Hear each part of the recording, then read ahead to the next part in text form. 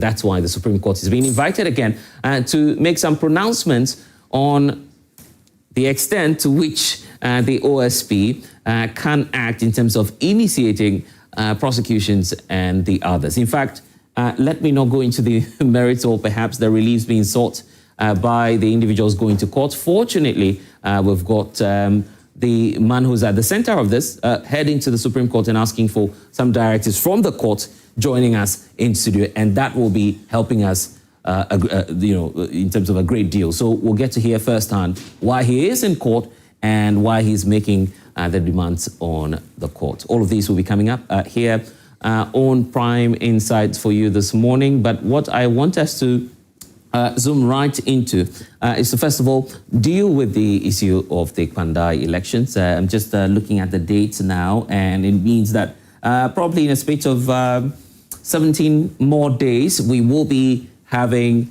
that election happening. That is if nothing changes at the appeal that we have the council for Matthew Nyindam doing now. Let me tell you about my guest joining us for this morning.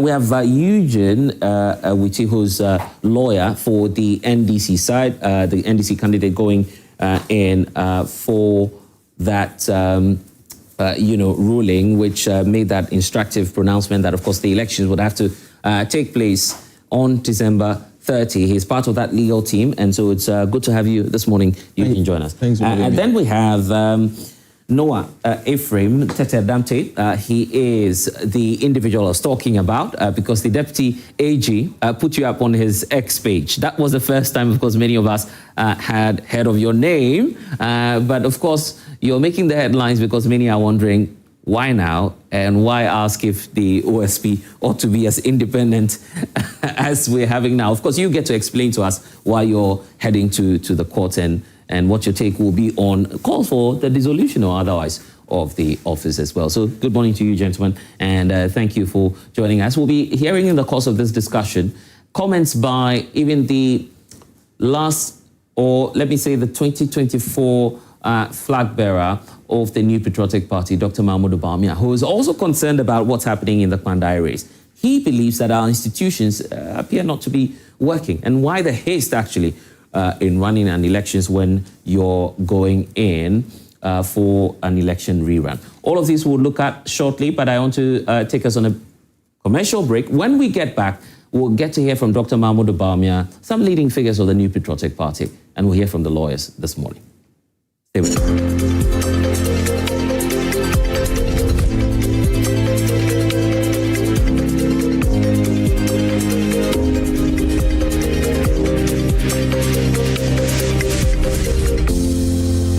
'Maintain a positive mindset. Adopt a positive and optimistic outlook, even in the face of challenges. This can help you navigate difficult situations more effectively. For instance, refrain from negative thoughts and focus on the potential solution.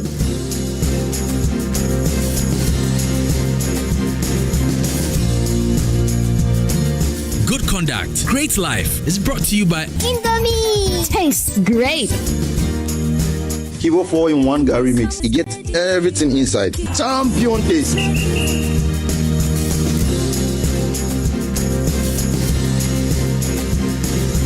As 2025 comes to an end, we look back full of gratitude and see God's faithfulness. With hearts full of thanksgiving and our hands ready to worship, join us for crossover with Pastor Mensa Otabil at Christ Temple East. Get ready to worship, pray and praise your way through to 2026. Experience a rich outpouring of music ministry from CT Praise. Endless Praise, Lumina. Pastor Mensa Otabil will bring us God's word and lead us in a communion and an anointing service to prepare us for the new year. Time 9 p.m. Buses will be available across the city to bring you to Christ Temple and back to your pickup points. Come with your family, your faith, and your expectation.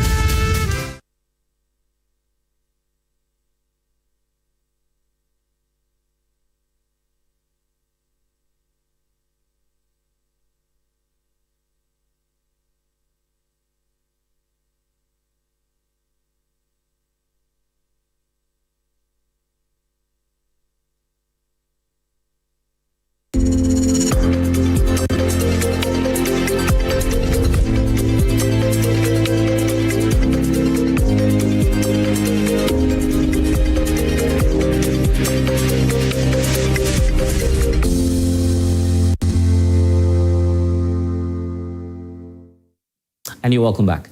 What I want us to do is to, first of all, hear from the leading figures of the New Patriotic Party challenging the decision of the Speaker or the Clerk of Parliament to go ahead and write to the Electoral Commission for the rerun of the elections in the Kpandai constituency. That includes the 2024 flag bearer of the New Patriotic Party and former Vice President Dr. Mahmoud Bawumia, who's raising concerns as to why he says there's a haste in rerunning the elections. Here's what you missed if you didn't watch highlights of the activities this week.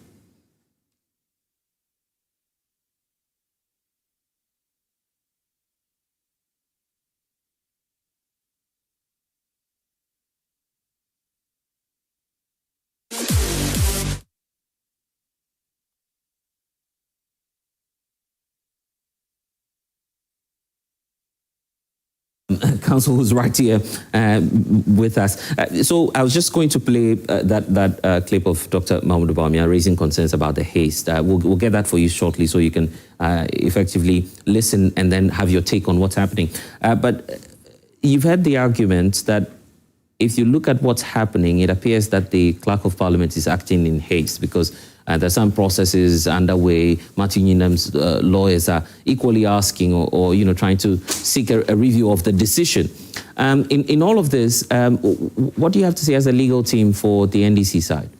I think that it's really say that there's a lot of haste in getting processes underway to have the election rerun. And you are aware that the judgment of the court was for the elections to be rerun in 30 days. Now, the Electoral Commission itself was a party to this case when orders were made and directed at the Electoral Commission. And so, well, I think it's basically down to the orders of the court. The House of Parliament is under some form of procedure, by their own procedure, where there's a vacancy on the floor of the House, Parliament communicates to the Electoral Commission that a particular seat has become vacant. For instance, if a member of Parliament passes away or somebody crisscrosses, Parliament is by duty expected to notify the Electoral Commission. But in this particular instance, we have noticed with disquiet the inertia of the Electoral Commission. Yeah. I mean, if Parliament itself was initially a party to the suit until it was misjoined. So the orders of the court made were also served on Parliament and the Electoral Commission. So having served the orders on Parliament, Parliament is deemed to be aware, and so I think it was just a matter of procedure. It was proper for Parliament to communicate to the Electoral Commission that we've been served with this order, which order says that the seat has been declared vacant. By extension, Honorable Martin Yindam has been removed by necessary implication, and so an election ought to be rerun. So I think it was just a matter of proper communication. Last week there was a huge debate here as to whether or not the judge acted out of what was provided for.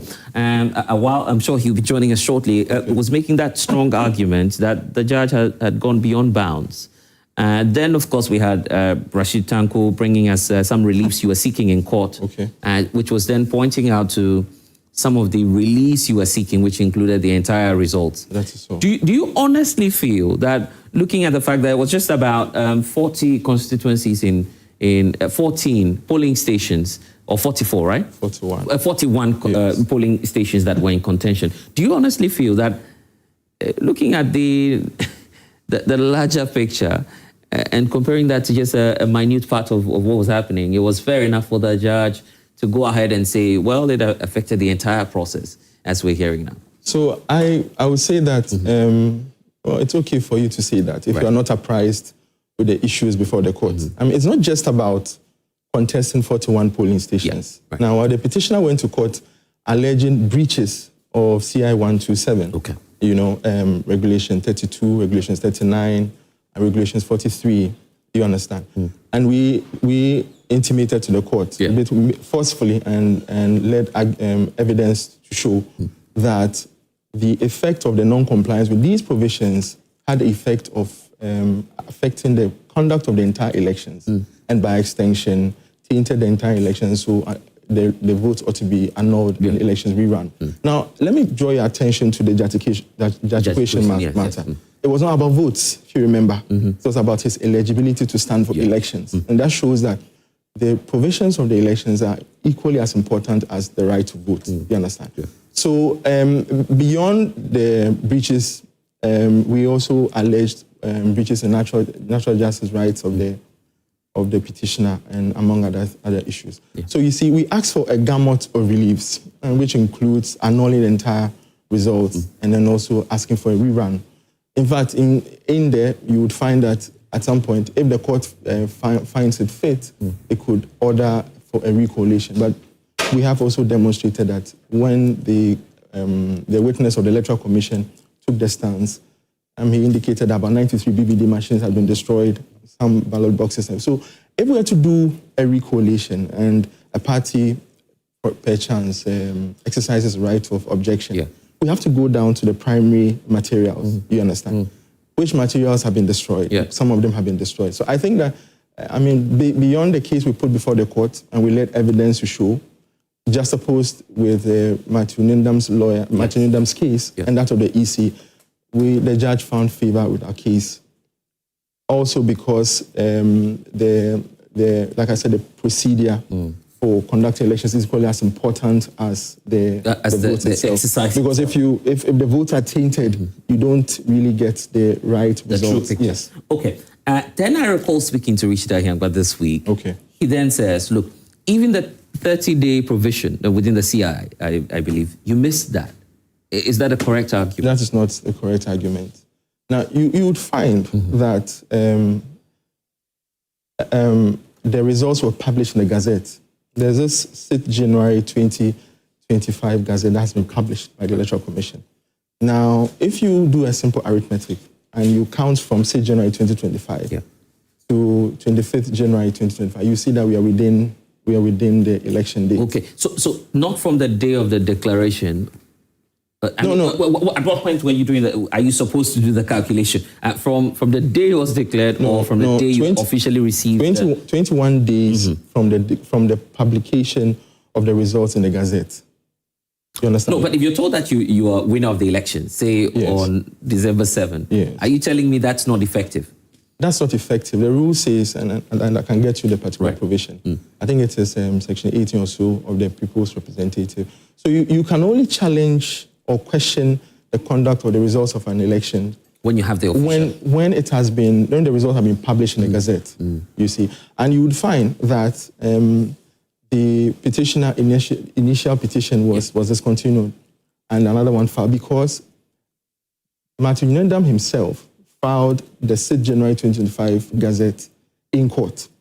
You understand? Basically saying that this is the Gazette of the Electoral Commission. So in other words, that was the document he was working on? That was a document. So the application was, so there was an application before the court to challenge the petition and have it dismissed, you understand?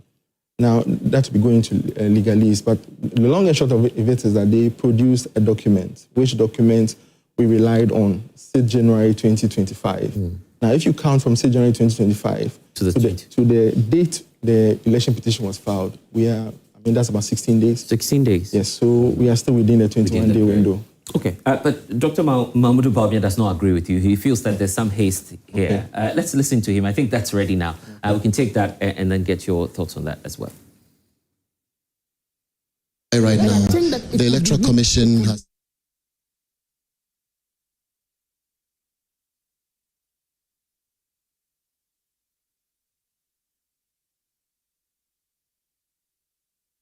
What is going on in our country? It looks like our institutions of democracy and our tenets of democracy are being undermined. The issue of Kpandai with Matthew Nindam is not a new issue in our democratic politics. You've had issues with Dana Bodakpi, you've had issues with Teji Kwesison, in Asin, and basically you've had the House allow the court and the legal processes to take place and be exhausted before, state institutions are stampeded into acting in ways that undermine democracy. Matthew Nyundam should be given his day in court. He has filed appeal processes at the High Court. He has filed for a judicial review at the Supreme Court. And none of those cases has been adjudicated. So why the rush? Why the indecent haste? I think that he's being railroaded. I think that this undermines our institutions of democracy. I think that we should take a halt to these processes and allow him to have his day in court, just as others have done in the past. The House has never really rushed in this way when it came to the other cases. What is the difference with the case of Matthew Nyundam? I think it should not be this case. I think we should uphold the tenets of democracy. Democracy is something precious that we've all had and we've all subscribed to.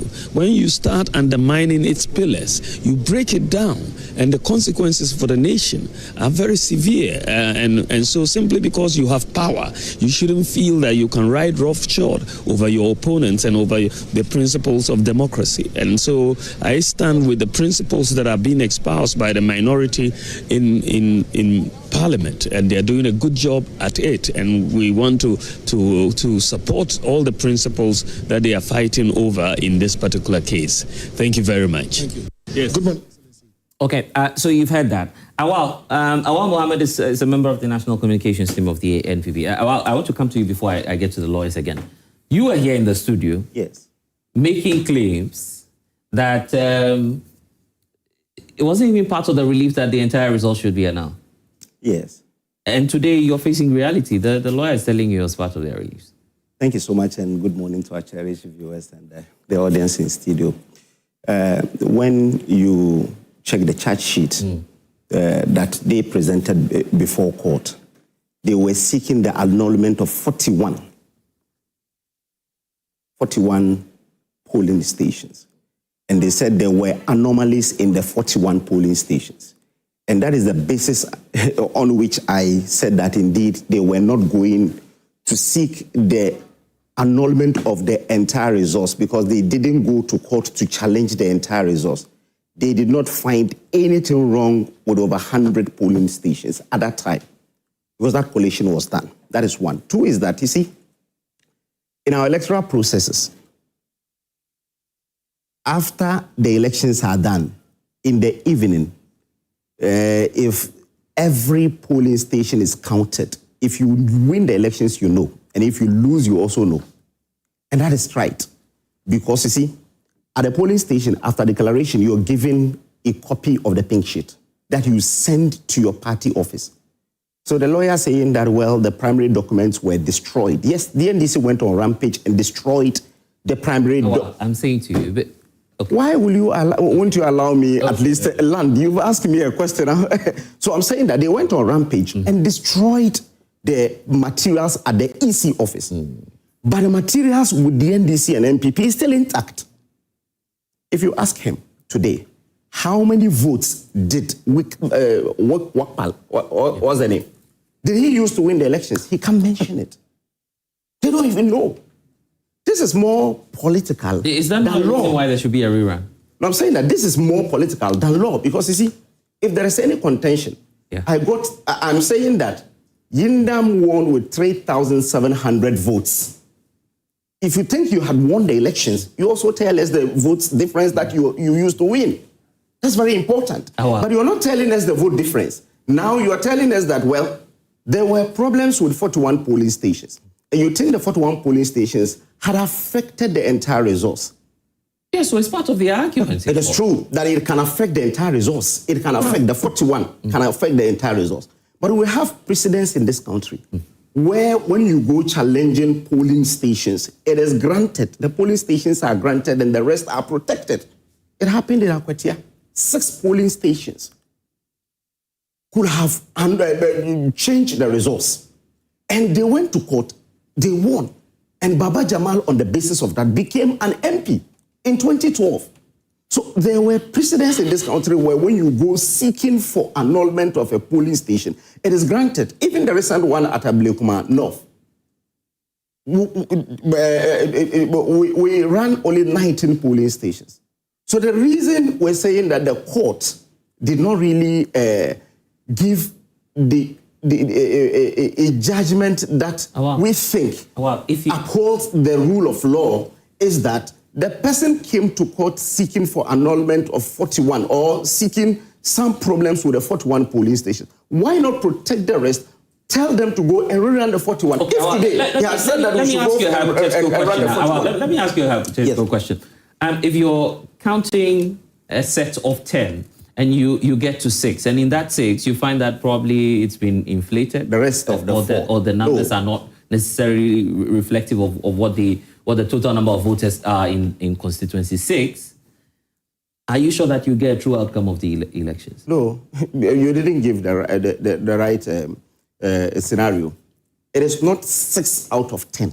152, 41 out of 152. So over 100 is intact, and they did not find any problem with over 100. They had problems with 41, and they think the 41 will be able to really change the results, and that is How will you do an effective tabulation if you don't have 44 intact? No, I'm saying that is the reason I'm saying that. Yes. The 41 could have changed it because 41 polling stations has over 4,000 votes there.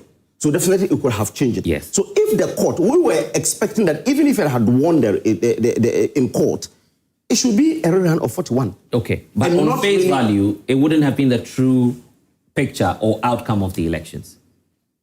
I don't understand the question. Well, you know what I'm saying? Yes, I don't understand the question. I'm saying yes that at that moment, we can all conclude then that it wasn't a true outcome of the entire elections. So you see, we challenged it and said that both parties have all the original. No, that's not my question to you, Awal. My question to you is, at that moment then, you don't have the true outcome of the entire elections, do you? We have the true outcome together with the EC, because the EC gazetted, I'll come with on the Gazette, EC gazetted that he won with 3,700 votes. Yes. So that's the true But I'm saying that you agree that the 44 might be problematic. So if at the 41 becomes moment, problem, you agree, yes, I agree. I agree that the 41 polling stations, you see, all our polling stations, initially it was around 1,000 and so on. It was broke down to like 500. All police stations don't go beyond 500. I get that. Some are 600 and so on. So if you put the 41 polling stations together, granted it's even 500, you get over 4,000. Oh, but I'm saying that you get a distorted outcome of the entire. That is true. That's what I'm saying. So if you agree, is that not what the judge is saying? No, that's what I'm saying. That he could have told us to go and run the 41. When indeed there's a relief. When indeed there's a relief saying it affected the entire results. Well, I don't know which part of the charge sheet, because I have the charge sheet here. I'll go through and check. Yes, I have the charge sheet. Because you had the same. No, I'm saying that I have the charge sheet here. Yes. I have the charge sheet here. I'll go through and see where they said the entire results should be nullified. I have not seen that in the charge sheet. Really? To be very honest. Really? Okay. I mean, so he's here. He could just. That is one. Two is that on the Gazette, it's wrong. Because the Gazette, it has even been determined by the Supreme Court in the Akwatia case on the 11th of June. When they went to court and we challenged that indeed the Gazette was done on the 24th. That was what we presented to Supreme Court. And they said it was done on the 6th. That is in the case of Akwatia. Then we went to the Supreme Court, and the judgment that came from the Supreme Court says that it is the 24th. That is the original Gazette date and not the 6th. So that's the reason we are in the Supreme Court. You're talking about two different things here. I'm not talking about two different things. He understands what I'm talking about. Because as I stood here, I heard him talk about the Gazette that was done on the 6th. Which one was Martin Yindam relying on? You see, it is not about Martin Yindam relying on anything. It is about the law. What is the law saying today? That's very important. You may commit a mistake whilst processing your case. That's the reason. Even prosecution, they enter something, they tell you that they are withdrawing to relay it again. So there's nothing wrong with whether Yindam presented the cease or so. There is a Supreme Court ruling which is a law. From the perspective of your party, which one was the actual date of the Gazette? So the actual date of the Gazette, not perspective of our political party. Yes, I'm reading from the Supreme Court. I'm reading from the Supreme Court. Yes. On the Supreme Court ruling in Akwatia on the 6th of on the 11th of June. He says that just at the tail end of the, that is page 7 of 21 of the You're talking about two different cases. I'm not talking about, when I land you understand it. When I land you understand it. From the affidavit, I'm coming. From the affidavit record, it was established that the Gazette notification of number 20, dated 24 December 2024 was the valid one. We therefore have no difficulty finding that the results of our Akwatia by-elections were gazetted on the 24th of December. Now, when you come to Akwatia, Yindam, that is so Kpandai. This is the Gazette, and the Gazette is saying that Yindam was gazetted on 24th, and this is on page 8123. Of the Gazette document. So this Gazette is the Gazette that was sent. So that is the reason we are sent to who? That was when you go to the publishing house. That is what has been published. But Yindam himself is telling you that he's working with the state general document. Then why did we go to Supreme Court that on the 16th that this one will be adjudicated? You are rather confused. I'm saying that. No, No, you are rather confused. Are you saying that in your new case? Maybe if you stop asking me the questions, he will also give you clarity. Okay, then. But I'm saying, let me end. If you agree that, let me end. No, so that I'll give you the time again. Why wouldn't you allow me? I will allow you, but let him. No, say let me end and tell you that indeed we have filed an appeal. Yes. Challenging the results, the outcome of the court in Tamale. We're challenging that. However, the legal team of the party is in Supreme Court saying that even the entire process that happened in Tamale High Court should be declared null and void because of the 24th Gazette. And you're working with 24th. And I'm saying that before the judge was working with 6. So I'm saying that the entire process, whether he worked with 6 or 24 for anything, we're saying that the entire process lacks jurisdiction because between the 24th and the 25th that they filed their case, it was beyond the 21 mandatory days of the CI to 27 that we used to work to run the elections with. That's very important. Which states were you working? I mean, before I come to that, I find that a lot of people have difficulties with the matter in question. So this is what the petitioner did. And let me avert your mind to. So Section 6 of the Representation of the People's Act, it says that the validity of an election to Parliament may be questioned only by a petition under Section 17 to 26. Now, it goes on to tell us the relief which may be granted, Section 19. After the hearing of an election petition, the High Court may make any of the following orders. A, declare that the election to which the petition relates is void. B, declare that a candidate other than the member whose election is questioned was duly elected. Or C, dismiss the petition and declare that the member whose election is questioned is duly elected. Now, 20 talks about grounds for cancelling election results. Now, let's take 21B. Now, that there has been a non-compliance with a provision of this act or of the regulation, and that it appears that the election was not conducted in accordance with the principles laid down by law, and that the non-compliance affected the results of the election. Now, just a couple of minutes ago, I have stated that the gravamen of our case is to the non-compliance of the regulations as stipulated in CI 127. I've gone ahead to say that the irregularities and inconsistencies on Form 8A, the pink sheets, for 41 police stations, is to show the prevalence, the extent of the prevalence of the non-compliance in one particular instance. However, Regulation 43 talks about collation. You have to designate a collation center and all that. Now, we are saying that the electoral officer did not have the powers, acted outside his powers when he moved the collation center from the original center to the other place without recourse to our candidate. So non-compliance was the basis. It's basically non-compliance with provisions. But is there no provision for a surgical redress, if I could call it, a more targeted approach? That is for the court to do. And I've read the reliefs to you. what you need to do is to put your evidence before the court. And we did that. And we showed that, you see, he alleges that the NDC's candidate and the NDC brought tax and destroyed. So the EC made similar allegations and produced video footages. About 8 of them, all 8 video footages were played in court. In nowhere was the NDC candidate or the NDC, supporters seen in that video destroying materials. Now we put it to him. If he could identify Honorable Nsala Wakpa or any of his supporters in that video, he could not substantiate it. It's about evidence. So when you make allegations in court, it will be scrutinized and subjected to strict proof. If you are not able to prove your allegation, what happens to it? It means that the probative value that the court will place on your evidence will be small. Yeah, but the question about remedy, as to whether or not the judge could have done a more targeted ruling, is that not provided for in this? So like I said, if you are talking about just 41, you may be misled to go along that time. But that was not the only issue before the court.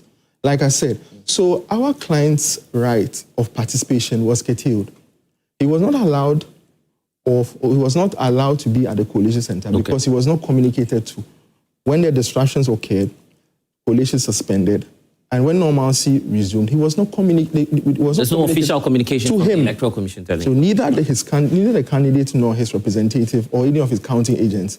What it effectively means is that he has been disabled from participation, exercising the right of participation, exercising the right of challenge of any anomaly or irregularity that he feels or is seen to have affected the elections. That is also another material issue that was put before the court. And so it's not just about counting votes. And like I said earlier on, I told you that the right to voting is paramount. It's a constitutional right.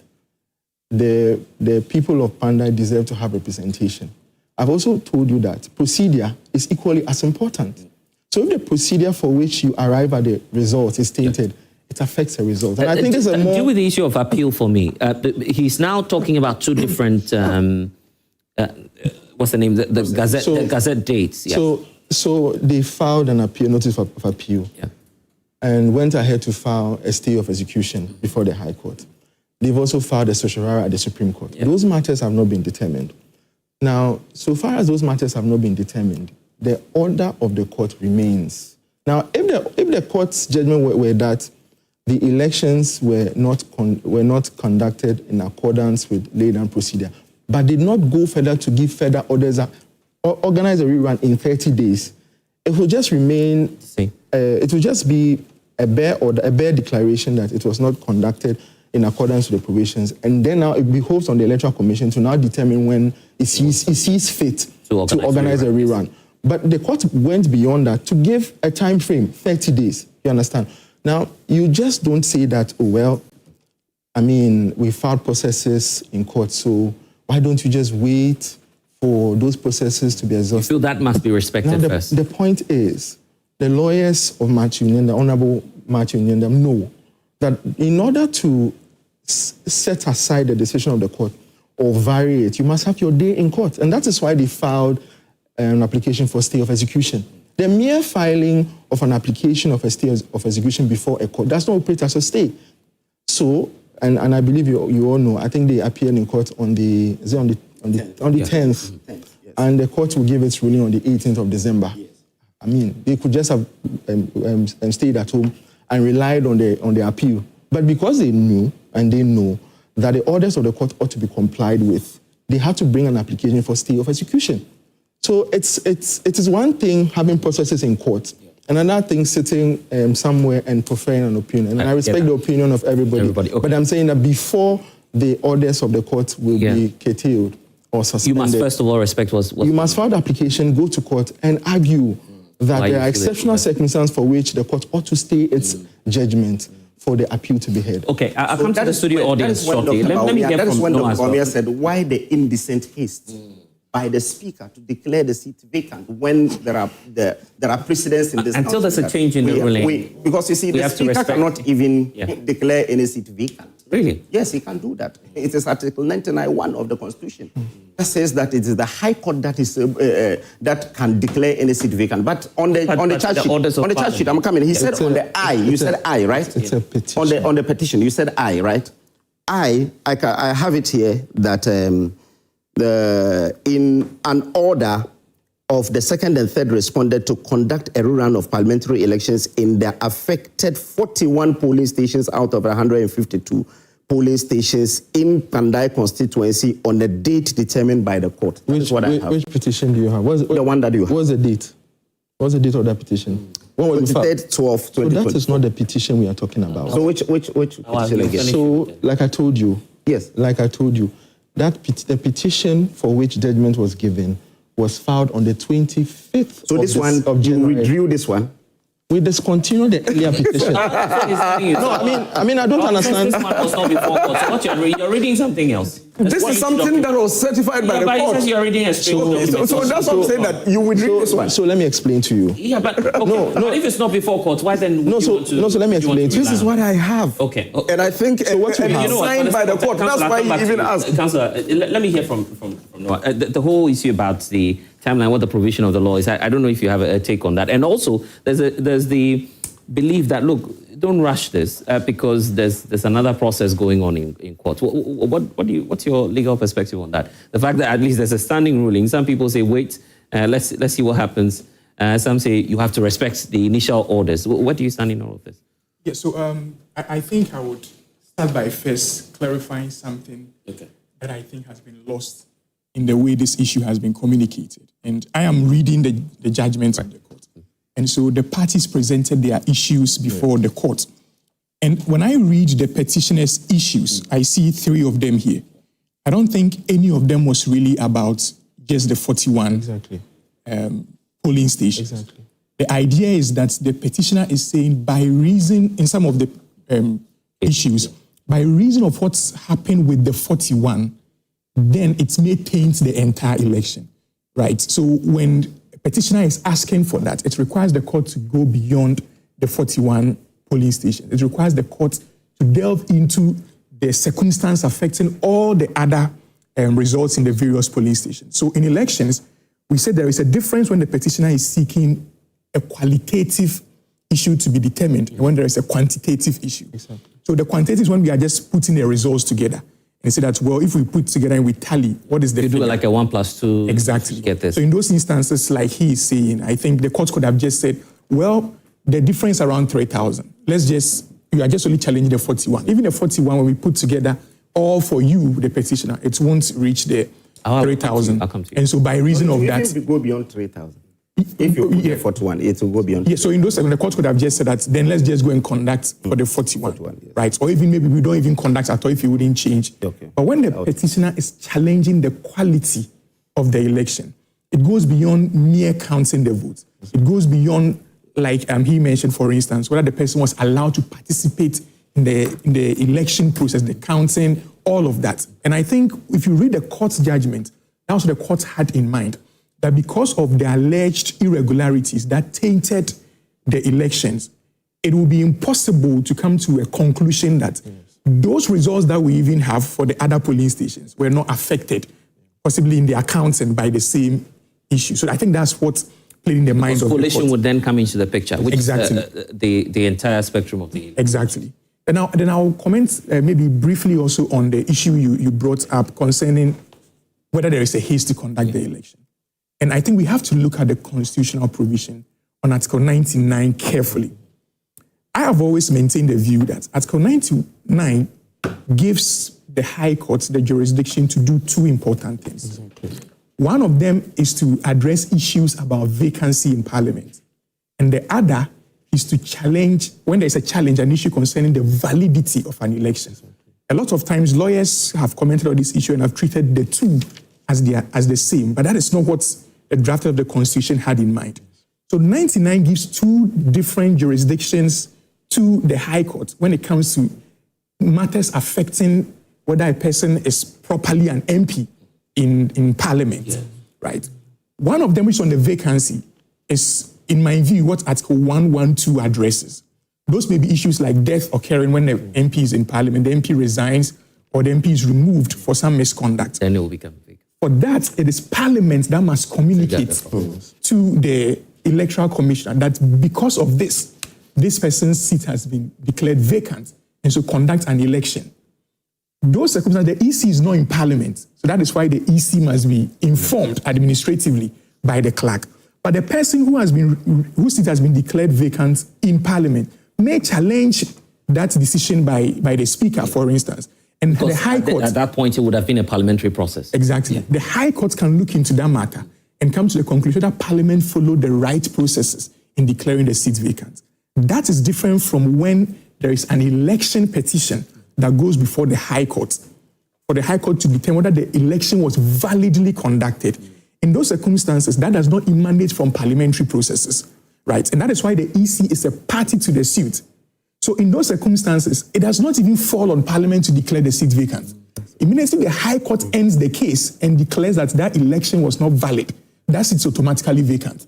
So I am even surprised that Parliament is even... So a call by the MP saying the Speaker ought to recognize Nyindam for a while until they determine... It doesn't even... It doesn't even arise at all. And I give an example which I think will help us.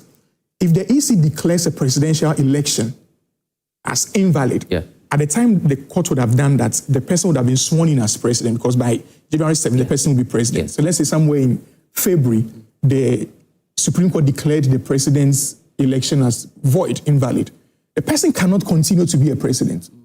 There is nothing like a stay of 7 days to allow the person to respond, nothing like that. From that day, the person ceases to be president, because the court has been given that jurisdiction under here, the High Court, and Article 99, to make that declaration. When the court makes that determination that the person's election is void, the person cannot be accommodated. But how about president? Because some of the parties are pointing to that. That look, it's happened in the past for some other people. What's different now? No, so speaking about the Constitution, I am of the view that that is not the right process, right? And the fact that it has been done in the past, which I believe is wrong, does not mean it should continue. The proper procedure is laid down in the Constitution. Yes. So far as the High Court comes to that conclusion, the person cannot be accepted in Parliament. Because who will he be representing? Yeah. The basis of his presence in Parliament is the election. And that election has been challenged. So the clerk cannot be faulted for... No. For saying... Properly speaking, like I'm saying, the clerk should not even come in. But the EC is a party to the suit. I'm sure the EC... They also respect it. And exactly. That's why the court directed that 30-day to the EC. We were thinking that there will be an execution first, even if the court had really declared that indeed they should go and write. So we were thinking that there will be an execution of that. Execution of what exactly? There should be maybe the court coming to really notify Parliament that indeed we have declared... But the judgment has been made by a court. We all have to respect that, isn't it? We respect the judgment, as he said. We respected the judgment is the reason we had to go on appeal. Yeah, but our Parliament has been served also. Seek for stay of execution. And again, have another case in Supreme Court. What we're saying is that because there are precedents in this country where after the court had made declarations of seats and the processes, well, you just heard him say, and the processes of appeal had started, you don't hear any speaker declaring any seat vacant until the processes are done. We were thinking that let's exhaust all the legal processes. Is that not giving a human face to it? No. As of the point of law. Precedence is very also important because in the case of Jechikwesen, there were no pending cases in court before the run of the elections. There was no single pending case in court because he lost all the cases in court. So we're hoping that at least let's finish with the legal process. Why the haste in declaring the seat vacant? That is the reason we're saying that it's more political than legal. Oh, okay, I'll come back to you, but let me go into the audience. Let's get your take on what's happening here. All right, Blessed, thank you very much for always giving us the opportunity to speak. And I must say that we live in a democratic state, and the beauty of our democracy is that we have a constitution which we must abide by. I think the points the NPP is making in this very case lack legal standing, and so they resort to more of emotional blackmails, and it's even clear from the submission. He said that it lacks legal standing. It is more political than legal, but this is a case of legality. And let me remind Awal of something, that the Constitution is emphatical about this thing. When you check the Court of Appeal Amendment, as amended 2022, CI 132, it states categorically that a ruling by a court remains binding unless it is set aside by a higher court. The lawyers are here, they can correct me. And so when the court internally gave their ruling, and the clerk also performs his constitutional mandate by informing the Electoral Commissioner about a vacancy, what the NPP is expecting is that a stay of execution should be granted, but a stay of an appeal in itself does not automatically imply a stay of execution. And if you are saying that you've won by a huge gap, and you are very confident that you have won over 100 and there is no problem with over 100, then what prevents you from going into the election? I believe that it is more democratic of them to go into the election if they believe that truthfully they acquired the legal means to win the previous time. They can still go, because this time around the conditions and factors for which they won the previous time, I believe the constants are still there. So you're telling Awal that if you're not scared, just go back into Just go back. I encourage them, because the beauty of our democracy is such that it has to be inclusive and participatory. So they must participate. The grounds are there. The people are waiting. The Kpandai people are waiting. If they truthfully want you to serve them, they will still give you their mandate. But I think Awal is scared because they have realized that they have missed the ball. So the only thing they are implying to now is not to miss the man. And that is why you could see clearly that the minority in parliament, went to parliament the last time strictly to interfere into government business, to make sure that the business of the government doesn't come to play. Just because they do not have a point. They do not have a point. So my point is made and done, and it is straightforward that they should go into the election instead of delaying the processes. And I don't think that they have any legal, if they have any legal approach to state. At the last check, I'm not sure that the voters register for the Kpandai constituency has been revised. So it will still be the same set of electorates, isn't it? But general elections are different from just by-elections. By-elections don't report even up to 40% turnout. I see. That should tell you that someone in Accra may not. But no one is prohibited from voting. No, you see, the thing is that in a general elections, people check their calendar, they do everything, then they can go and vote in a general elections. That is the reason. I'm coming. That's the reason a lot of people are saying that let's declare the day of elections a holiday so that people can go. But if you're confident that you would win, why don't you? I'll address that. Let me hear you. I'm reading from 3 News. Yes. Dated April 16, 2022. There can't be a by-election in Ascendov until final determination of the case. This from the NDC lawyer. In the case of Ascendov, which of the cases are you referring to? Yeah, he's talking about from 3 News. I get that. I'm just asking in respect of what? Ascendov. This is not Kpandai. No, yes. So I'm coming. I'm with the president. President is very important. With the case of Ascendov, the final decision also came from court. Yeah. I don't think he was there, or there was a president in parliament that didn't do. The court, his case was in court, and then the court declared this seat vacant.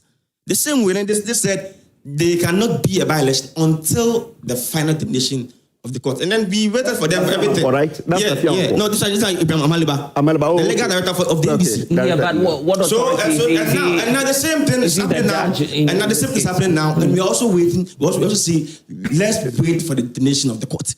The final determination. There's an ruling by a court, isn't it? So now, since the lawyer for Honorable Nawal is here, Honorable Insala is here. Council, please, I want to ask your candidate, during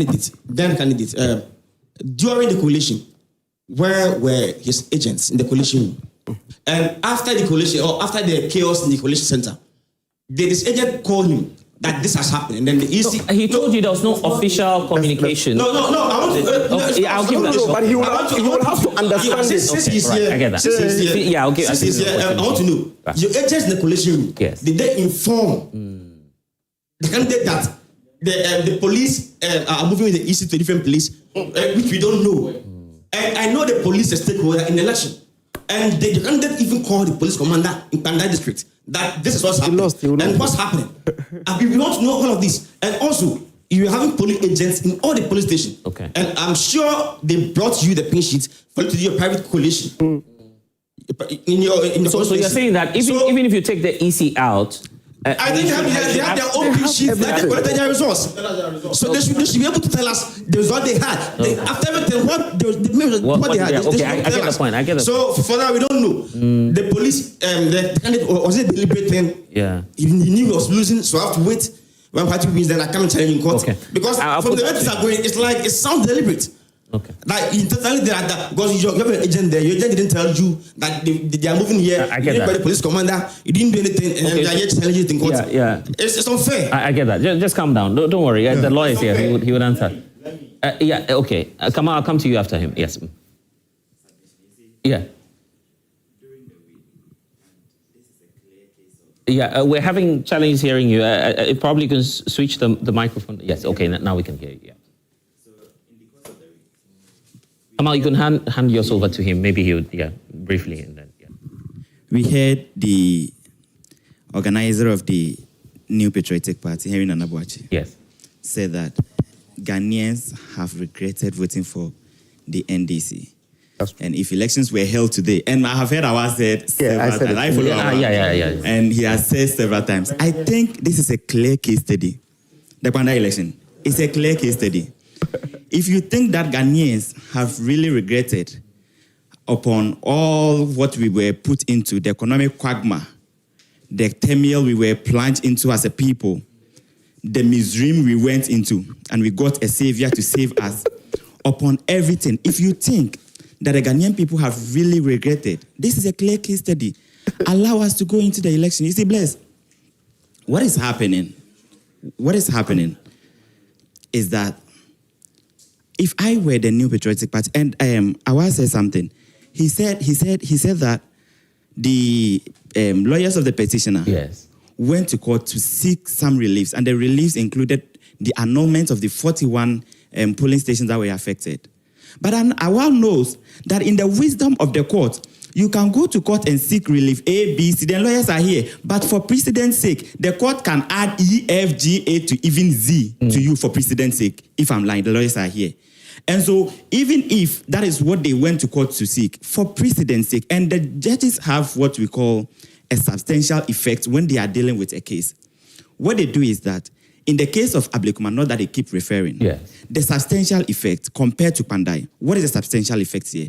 In the Ablekuma North election, it couldn't produce a member of parliament. Now, in the Kpandai election, it was the irregularity where it was able to produce a member of parliament. So that is where the substantial effect lies. Now, you come to this. So you're saying there can't be any two things? No. One has been able to produce a member of parliament. The other was not able to produce a member of parliament. So if you are rerunning the 19 polling stations, that is fair, because the substantial effect is not as compared to the Kpandai election, which has been able to produce a fraudulent member of parliament. A fraudulent member of parliament. But maybe this time we should see what is happening. If I were the New Patriots, especially the Nando minority, because they are now shifting from micro. Okay, let's move. If I were them, what I would have done is that we would have used the moral suasion instead of, doing this buga way. Because the moral suasion, let me land. Moral suasion is the act of, appealing to the principles of somebody to let them know that what you are doing is bad. It's because the NDC is not doing anything illegal. And so they should know how inconsequential their numbers in parliament is and stop this buga thing and another telling on the floor of parliament and telling somebody, get away. There are some questions. There's one question to counsel. Counsel, I think there was a question from the individual asking you, the point about communications from the agents to your candidate. Is it the case that there was no communication? So you see, that's a very simplistic way of looking at it. Before elections actually begin, before elections actually begin, the Electoral Commission designates, when we start from a rate of election, then there's the notice of election, notice of poll, you pick your nomination forms and all that. Now, there's a designated point where the exhibition, the register is exhibited. You understand? It is designated. You can't change it. It is designated right from that point to the particular polling stations, and it is backed by law. We all know from the start where the coalition will be had. So if there's a disruption during the coalition exercise and it suspends the coalition, now Now, the rule says that where there's a disruption at the polling center and there's a disruption, now the presiding officer there can suspend the elections at that point for a day. And then if after a day, normalcy is not restored, I mean, there's another period designated. But when it comes to the coalition center, the law does not expressly say that you can designate, change it on your own. We are saying that since the law provides that you can suspend it and come back to that same venue at a designated time, that is what should have happened there. So if you intend to change it, there must be formal communication and not just to you, but to everyone to say, exactly. This is but where this is when validate the results. Hold on. It doesn't, even if you change, it doesn't, because when you check 2013, the Supreme Court ruling. So, you know, but he's saying so, that then. Okay, so, like I said, we went to court stating and alleging a number of infractions with the provisions, you understand? And this is one of them. So we are saying that if you intend to change the coalition center, there's a procedure. You don't just do it so much and say that, well, anyway, for whatever reason, you had intelligence, you picked intel from the national security, and that is all well and good. I'll give you the chance. Let me just finish. I'll give you the opportunity. You have to communicate to the parties involved. Now, when there's a disruption and we suspend proceedings here, because of the nature of the fight, we may probably scatter all about. If you resume recoalition, you have to call everybody in before you start, because I am entitled to be at that coalition center. Now, when I come here and the program has been moved to another venue, how am I supposed to know if you have not communicated to me? So what we are saying is that it's not about just common sense, it's about following the procedure. The Electoral Commission is bound by law to conduct elections according to a particular procedure and regulation. And so... let him land. He's answering your question, so let him land. And the answers are... but you can't force him to give you what you want. He's telling you what I'm trying to tell him. So let's listen to his response then. Just hold on. Okay, guys. Allow him to. Please let him answer. Yeah, it's fine. Okay, let him answer. I'll give you all the opportunity. Yeah, so let him answer. So hold on. Let him answer. I'll come back to you. Yes. Okay, guys. Yeah, I'll come back to you. Yeah, I'll come back to you. It's okay. Yeah, it's okay. Just calm down. I'll come back to you. It's okay. Calm down. Yes. So what I'm trying to say. It's okay, guys. Yes. Let's listen. Yeah, let's listen. I'll come back to you. Just hold on. Yes. Let me use this analogy. What I'm trying to say is that.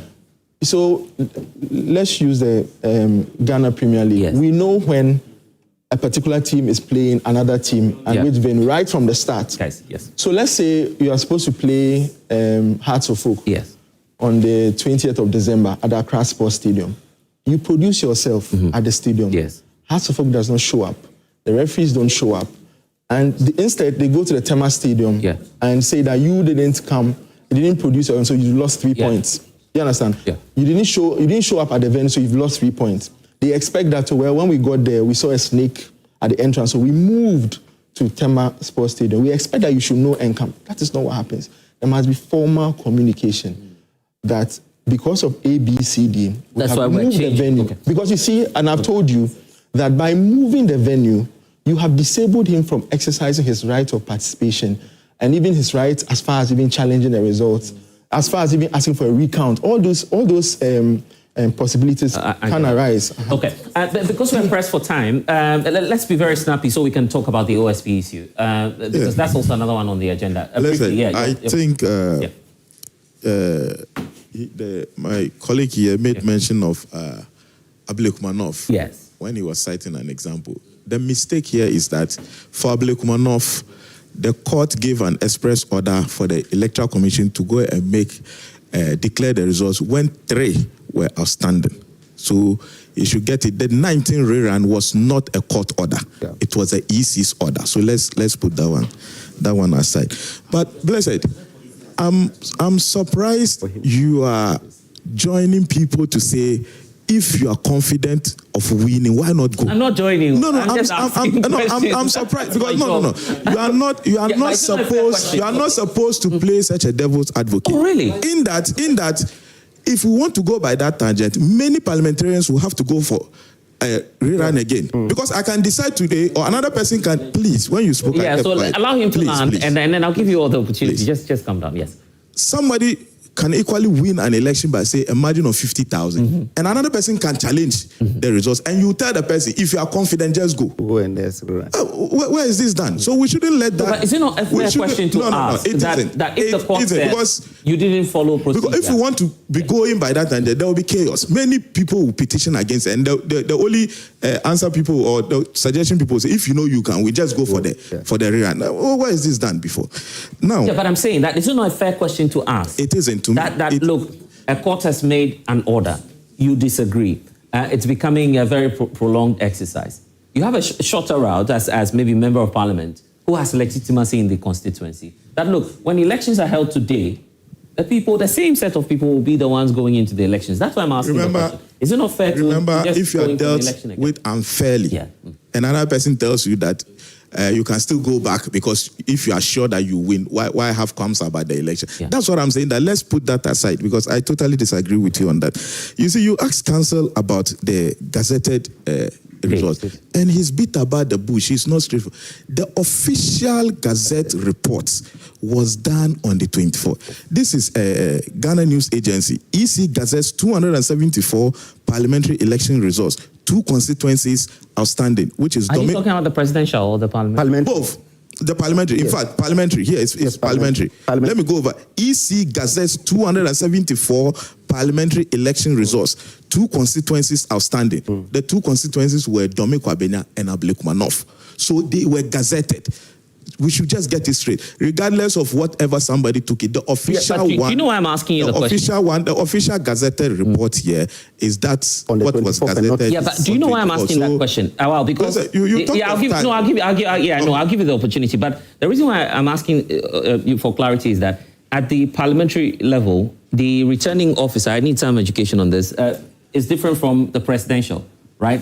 And so when the process is completed, I think I covered Dome Kwabena. After the exercise, you officially have them, they're supposed to paste at the center, and then later on, declare and all of that. Submit to the region. He will submit to the region. The region will submit to the national. Then they will submit to Assembly Press for it to be gazetted. Okay. So that's what is that. That's why I'm asking the the finality of your question, the answer I'm giving you is that the official report here is that it was gazetted on 24th December. That's it. So how come Martin Yendam was relying on that? I said it's the official one. That's the remedy we are seeking for at the Supreme Court. So don't worry. Hold your horse.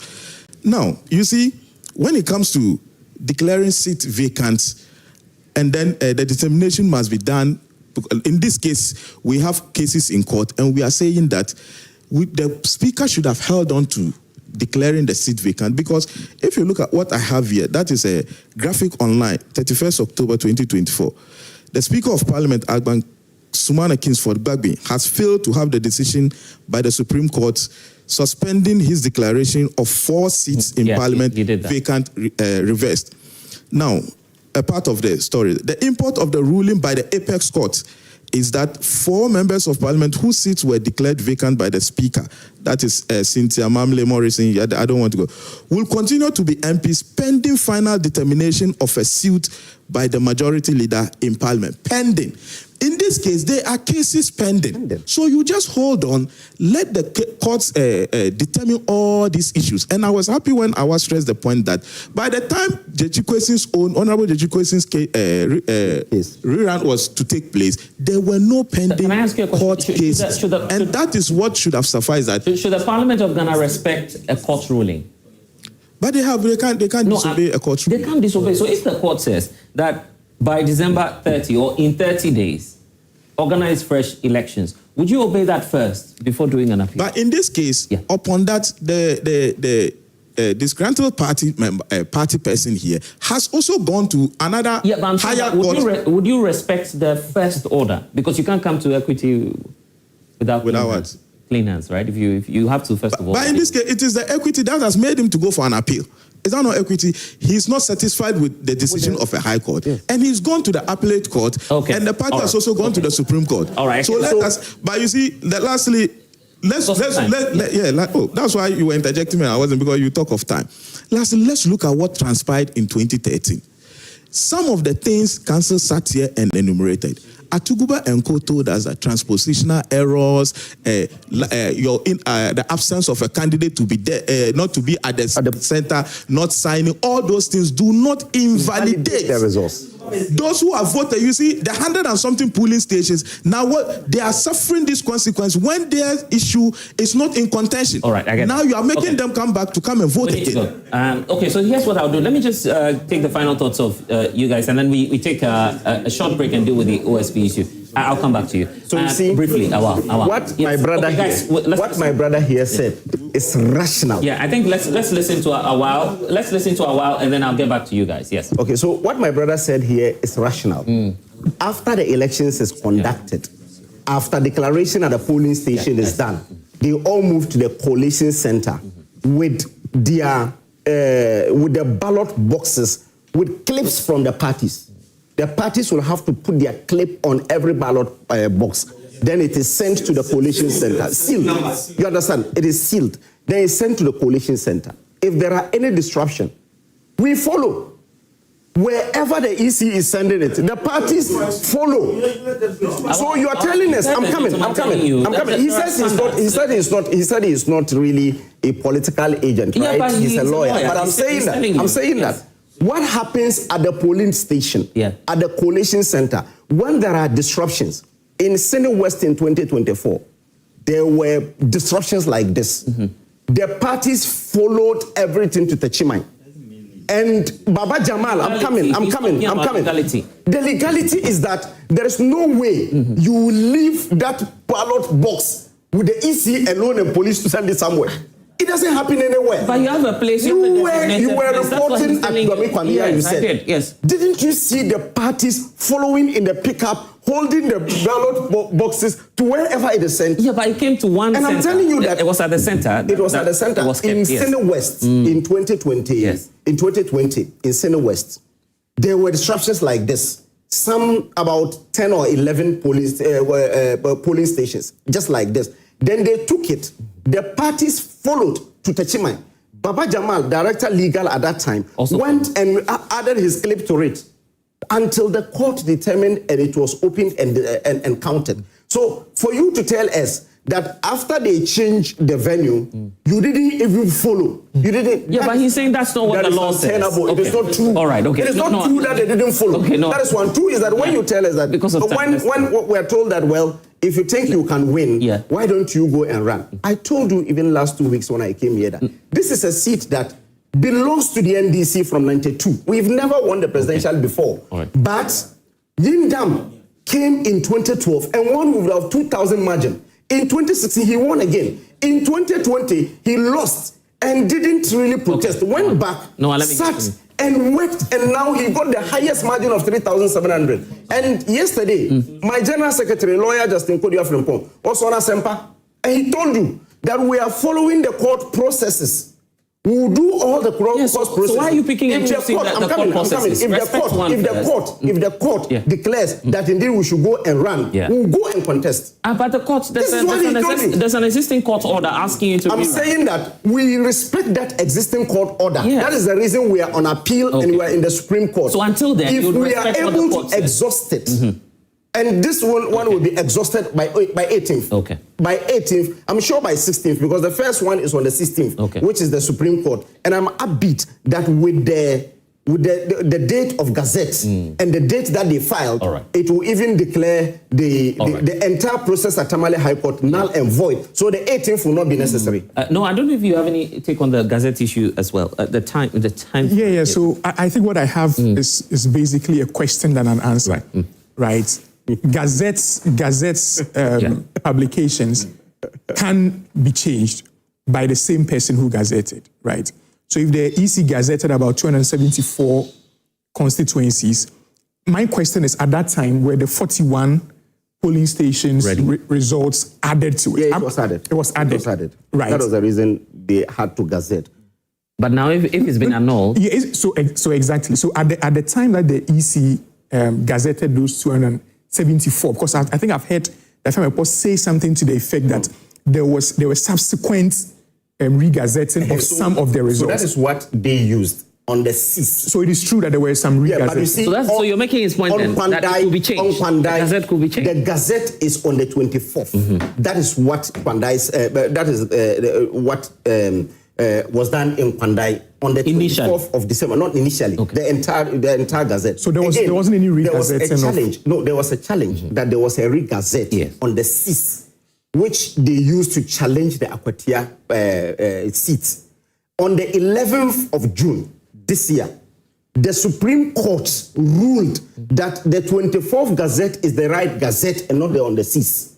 And they used on the 6th to challenge the process. That is the reason I'm saying that the case will terminate on the 16th because the Supreme Court will upheld it. Okay, so I think for me that's the question I okay, anyway, let's wait and see. Yeah, okay, counsel, just land for me and then I come to we hear from Noah. You see, there are matters, there are legal matters and there are opinions. Yeah, right. So let me just say that the orders of the court is for a rerun in 30 days. Right. Now let's take the Jatiquation matter.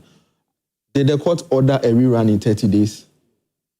If the order of the court is that you are not eligible you were not eligible to have stood as a candidate in the elections, and then so therefore goes ahead to annul the results and says that there must be a rerun. There was no time frame. No, let me finish. Let him land. The Constitution, let me finish. But let him land. There is a time frame. The Constitution of Ghana is saying that if the court can I finish? I'm coming. Can I finish what I'm saying? No, I don't need your help. He's also. I don't need your help. So let him land. I don't need your help. So I'm trying to. I'm trying to explain. Ask whether there is a time frame in. Allow him. There is a time frame. Okay, but allow him. In the order. Yes. If the, you don't need let me finish. Allow him. Just allow him to land, and then we'll make progress. Yes. Yeah.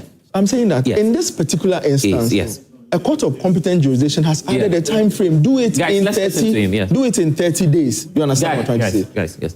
Have the rerun in 30 days. So until that order is set aside, that remains the binding decision of a court. If you want to set it aside, you file process, and that's what the Honorable Martin Linden's legal team has done. They filed a stay of execution. Wonderful. They filed processes in the Supreme Court session. I have restrained myself from talking about the matters before. Right.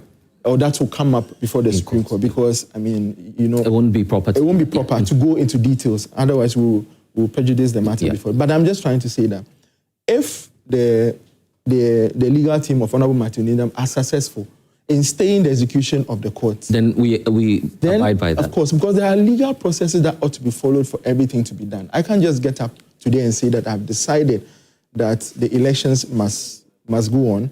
And so therefore, I go and railroad everybody to get the elections done. It must be done in accordance with the orders of the court. And that's what is being done. Okay. So if they're able to succeed in the stay of execution, all the better. I mean, if they are not successful, there are other processes that they can use. Yeah, I get that. So I think. Okay. So, but I'm saying that, in the case of the Chikwesen, if there is a ruling from... Okay, let's do the special prosecutor now. If there is a ruling from a high court declaring a seat vacant, the Article 1125 of the Constitution is saying that it should be rerun within 30 days. In the case of death, it is 60 days. You understand? So the Chikwesen one, you don't need any consequential orders from the court to tell you that do it within 30 days. The rule is that within 30 days, it should be done because the court has declared. That's the Constitution. Okay. So you're agreeing with Noah. That's the Constitution. Okay. Anyway, let's not go there. Let's deal with the special prosecutor case now. Apologies, sir, because of time. Because we need to hear from Noah. Okay, because he's done something many have been asking and waiting for. Because but you've been waiting for this, isn't it? No, I've seen Noah's thing, but I don't know where I'm talking to Noah here. So I told him in the morning that a lot of people, you know, I think you've been under the radar. I don't know if we should put it that way. Probably in the legal space, a lot of people will know you. But a lot of politicians don't know that you are the one sitting here.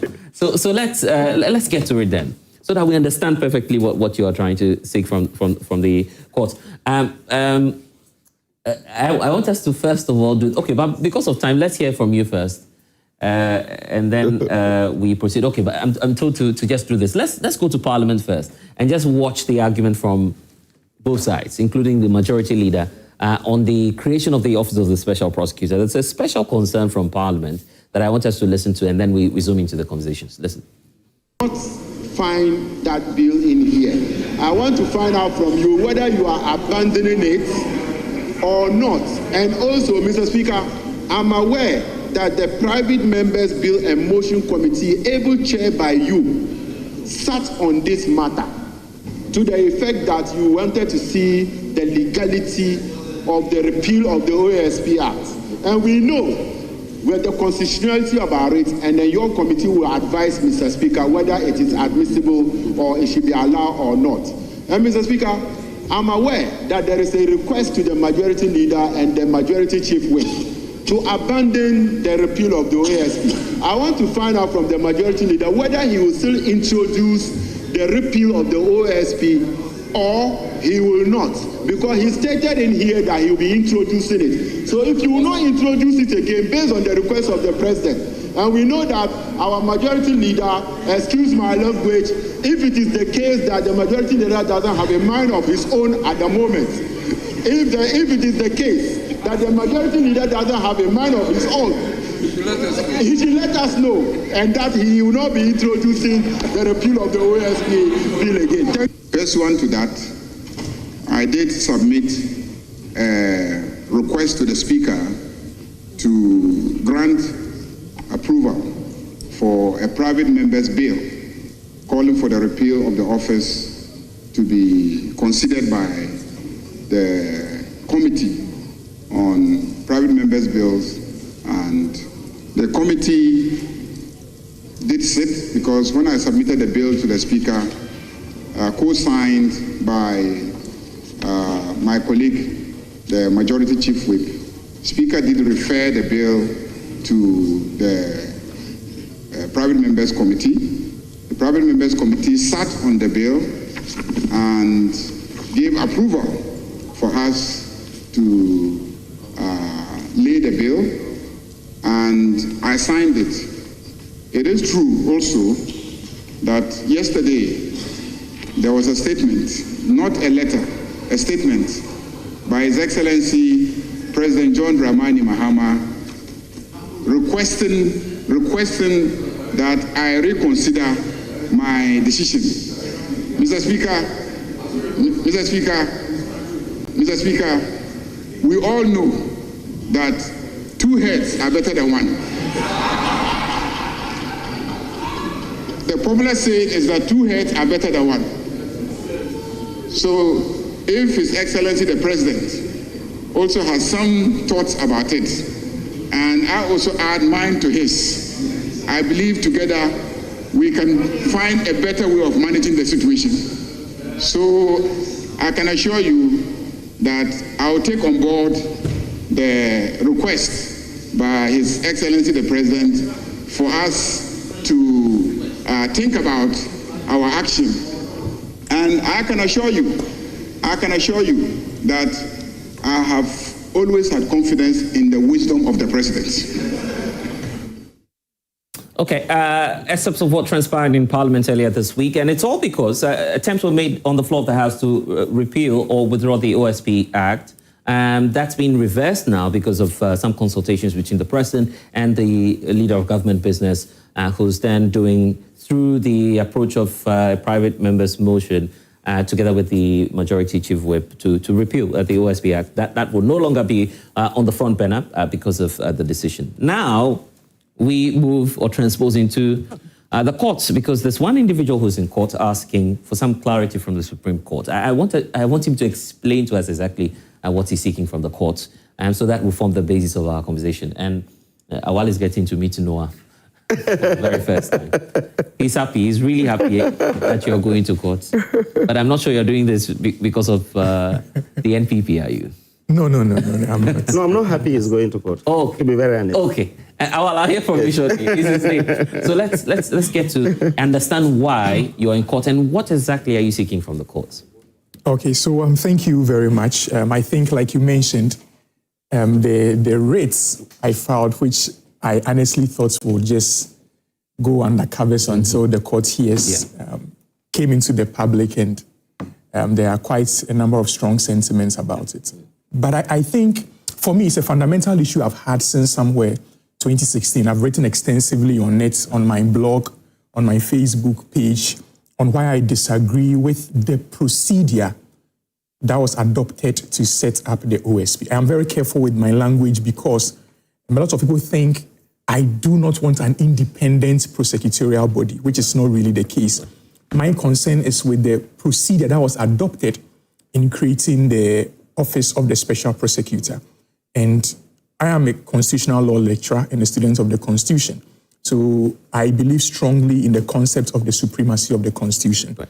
So when I read Article 88, my view is simply that Article 88, unlike the Office of the Special Prosecutor, Article 88 creates an Attorney General. It does not create even the Office of the Attorney General.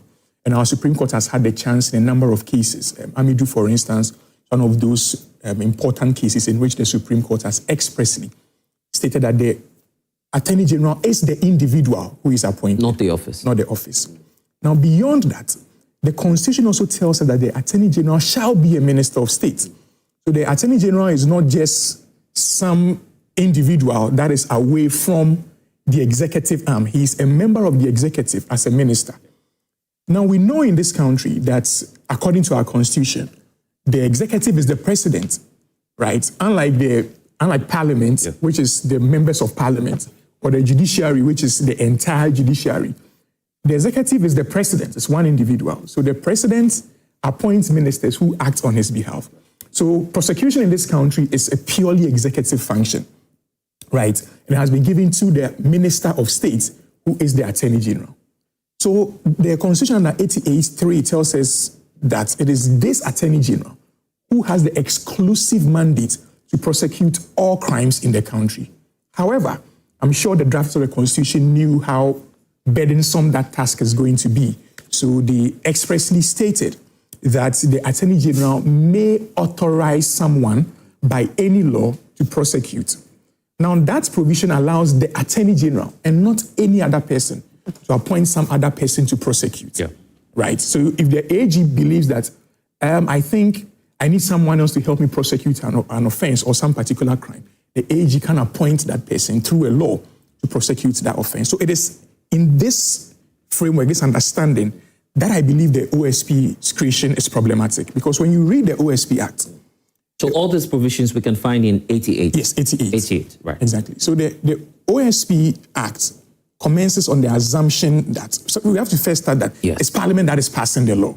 Right. It is very... Subsidiary to legislation then? Or not necessarily subsidiary. It's a full legislation, full statute. However, I'm saying that because the Constitution says that it is the Attorney General that may authorize someone, right? Not Parliament, right? So the question would be then, how would the AG authorize the person? There are a number of ways the AG could do that. Under our Constitution, the AG can pass a constitutional instrument. And our Supreme Court has said a number of times that if you're not a judicial officer and you have the power to exercise discretion, you can do so through a constitutional instrument or even a legislative instrument. So the AG could have done that to appoint whoever he wants to appoint. But even if the AG wants to go through Parliament, the nature by which Parliament will pass the Act must clearly indicate that the office we are creating is not independent of the Attorney General. Because the Attorney General is the sole person who has the mandate. If that office is going to prosecute, it is basically going to prosecute on behalf of the Attorney General. Because the nature in which the person will be appointed will establish a principal-agent relationship between the Attorney General and that person. So you must have been acting on the orders of the... Exactly. That's 88.4 then? Exactly, 88.4. This is it. All offences prosecuted in the name of the Republic of Ghana shall be at the suit of the Attorney General or any other person authorized by him in accordance with any law. Exactly. Is that not sufficiently catered for in the OSP Act? So the drafters were very skillful. They tried to avoid it, but I don't think they did that within the context of the Constitution. So for instance, they say that the OSP is authorized by the Attorney General to prosecute, right? Which is what they tried to. And then when they talk about the independence of the AG, for instance, they say subject to Article 88. But that is problematic in one sense. And we have heard the OSP himself and then his officers always say that they are independent of the Attorney General. And And that is they telling you clearly, and the understanding of almost everybody, because the office we were creating, we said that there must be an office that is prosecuting specific offenses because the previous AGs were not prosecuting those offenses. So if there has to be an OSP, it must be independent of the Attorney General. That is what was the intention of those who drafted the act, and the OSP himself usually says that. So clearly they tell you that they are not in any way attached to the Attorney General. They are doing their thing on their own. The AG has no oversight over them, and that is where the problem is. But even beyond that, I try to raise a more interesting question. Okay. And that is that the AG being a Minister of State means he's appointed as a minister by the president. And until the AG is removed, he resigns, he serves at the pleasure of the president for 4 years. For the president, either until he's reshuffled, when the president loses power, that AG will also lose power. So the question is, the appointment of someone else to prosecute on behalf of the AG, can it bind successive attorney generals? So let's even assume that Godfrey Dami believed that there should have been an office of the special prosecutor. Must the current attorney general be bound by that discretion of Godfrey Dami that he wants someone to prosecute those kind of offenses for him? In the next 4 years, when there is a new attorney general, must he be bound by that? And that raised an issue with how Parliament created the office of the special prosecutor. In fact, that question I was asking on another chat with some other colleagues before coming on air. The question as to whether or not any AG could enter a nollie prosequi for the OSP. Exactly. Could that ever happen? Exactly. And today, that is a very problematic thing the AG would do. And it will not sit well with... You see, we have to look at the public reaction to the AG do that, to tell us the intention of creating the office of the special prosecutor. But if the act mandates him that you're acting on the orders of the Attorney General, he could simply do that, isn't it? See, the act does not specifically say that. That's why I said the act tries to address that issue skillfully, so that you have given the person the power to prosecute without your oversight. That is basically what the act is trying to do. And I find that very problematic, because whatever the OSP is doing it at the behest of the Attorney General. That is what the Constitution actually would understand in the nature in which the Constitution is framed, right? So back to that crucial question that I asked. So in my view, for even we are going to use an act of Parliament to create the OSP, there should have been a sunset provision that says that at the end of an AG's tenure, the subsequent AG or the new AG coming in to determine whether he can do so, maybe by filing a new fiat at Parliament. Was that not addressed by the tenure system we've given to this SP? No, the SP has 7 years, right? And that clearly overlaps with the 4 years, right? Of a president. Of a president. I mean, we are not very certain that a president, for example, during Mohammed's second term, Mohammed's time in office, this next 4 years, it's not going to, he cannot run for another term, basically. So it ends. No, he can't, actually. The Constitution does not allow him. So it ends after the 4 years. I know, I'm just right. No, so when it ends... No, guys, calm down. I'm not saying he will run. I'm just asking questions. It's just my job to ask questions, please. It's a harmless question. Please, calm down. So when it ends in the next 4 years, whether it's an NDC government or it's an NPP government, there's going to be a new president. And that president will appoint another AG. Whether it's the same AG, if it's an NDC government, that AG will be beginning a fresh term and may decide to appoint someone else to prosecute on his behalf and may not have any use for the office of the special prosecutor.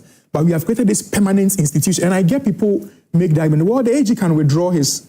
Then what happens to that edifice we have built, that institution we have built with this history and convention that have been established and we have funded for this period? So it clearly tells you that the understanding of Parliament in creating the office of the special prosecutor was not to create a transient office, a temporary office, but to create an enduring institution that even goes beyond attorney generals. Have you thought of the impact or the effect of what you're doing in courts? The fact that technically it could render this whole office, I don't want to use the word, non-functional, but then it will now be at the behest of the AG. Technically, the independence will be gone of the OSP. Yeah, so that's why I said, for instance, and I think a lot of people have not looked at this. That's why I've always said that I began this conversation somewhere in 2016, right? but I didn't file that case till now. Because I knew people would say, what we are trying to cure, you are trying to destroy it, right? But that is not the reason, right? Let's take South Africa and Kenya, for example. South Africa and Kenya faced the same situation we face. And what South Africa and Kenya did was, through their new constitution, so Kenya, for instance, created the Director of Public Prosecution to prosecute all criminal offenses. So the AG has no role in any of this. My position is not that the Office of the Special Prosecutor is irrelevant. No.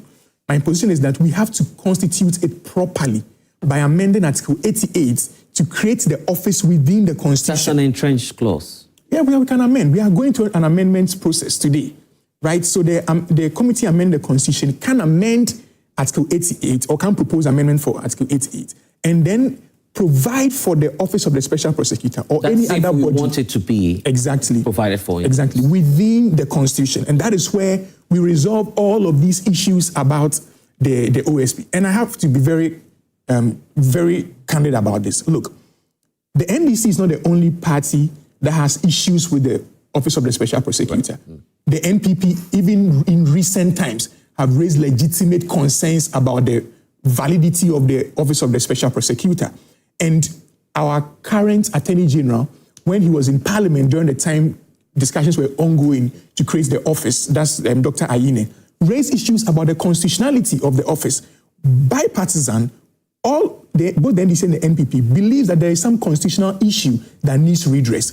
If the issue is not addressed today, it will hang over the OSP for as long as the OSP will be prosecuting in this country. So this is not directed at this OSP? No, it's not. I have no issue with the office specifically. My interest is the Constitution. And what the Constitution says. Exactly. Awal, you have wanted to come in. Yes, so please, let me just lay this background before I go into it and you understand it, not interject me. No, I won't. In October, the Attorney General wrote to OSP to give them the documents of the extradition of Ken Ofori-Atta. And the OSP responded that it will take time and he will not submit that document.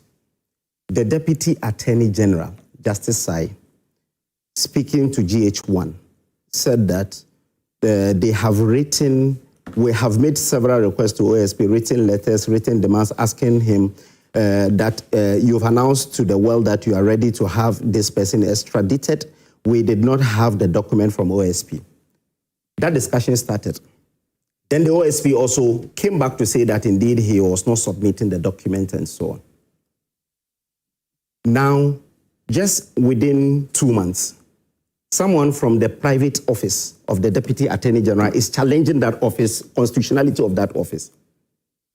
Is it not really surprising that someone from the private office of the Deputy Attorney General who was seeking a document from OSP... Who is that someone? Justice Sai, he works at the private office of Are you very sure about that? Yes. Would you want him to clarify that? Then I give you the chance to move so that he. So you don't work there? No. So let him clarify. Can I clarify? Yes. Yes. Yes. Okay. Right. So that question is. I've seen that. I wasn't expecting that from someone like Awal do. So let's allow him to explain. Since Awal wants to do politics, or then rope me into politics, let me just address it. Two things. It actually speaks to the independent thought of Awal. One, that Awal is saying wherever he has worked, he can be used to do the hatchet job of the person he has worked with. And I find that, but basically that's what you are implying.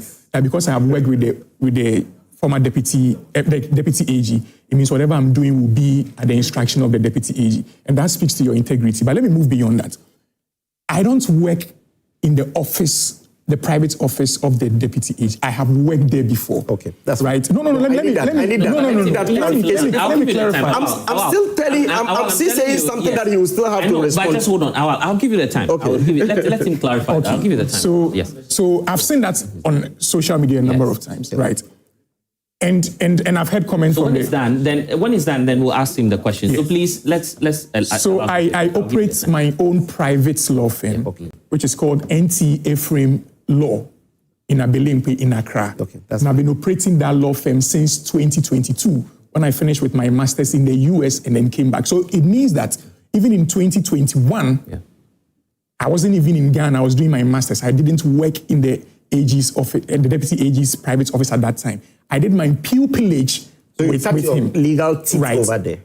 Yes, of course, and a lot of people do that. Judges in the so that's one. Just two is that in the Supreme his Court initial comment right now. His initial comment right now. He said he wanted the thing to go without public notice. You said it. Yes. But unfortunately, it came to the media, and we're now discussing it. The first person to break that news was the Deputy Attorney General on his Facebook page.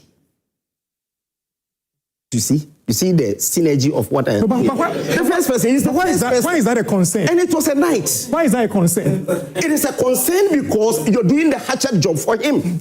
See? But that's clearly, you're doing it for him. Because you see, the thing is that the man has issues with the OSP. That's one. Two is that someone who cut his teeth in his private office has gone to court. And the person sits on this platform right now and say that, well, I didn't want the thing to even come public until the case is being determined in the court. Then the first person to break the news, not the media, is the Deputy Attorney General, his own boss, who did that. Can I give you an example? Did he want it to be in public? Let me give you an example.